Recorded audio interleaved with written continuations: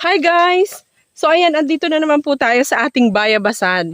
At kami ay nagulat ni tatay dahil napakarami pong bunga. Sa kadahilan ng wala na mga batang pumupunta dito. Ayan o. Sarap! Ang tamis! Grabe! Kami po ay mangunguha ni tatay. Tingnan nyo naman o. Ayan, nahuhulog na lang.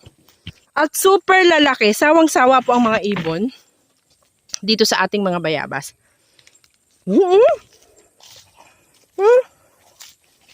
Grabe! Sayang talagang nahuhulog. Hinog na po at ang lalaki. Katamis-tamis. Super tamis po. Baka madumi yung lagyan. Hugasan mo. Baka yung nilagyan ng pataba. Wag yan. Plastic na lang. Ayan. Mangunguha po kami. Mangangakyat kami nito. Manunungkit. Diba? Thank you for watching. Follow for more. Bye!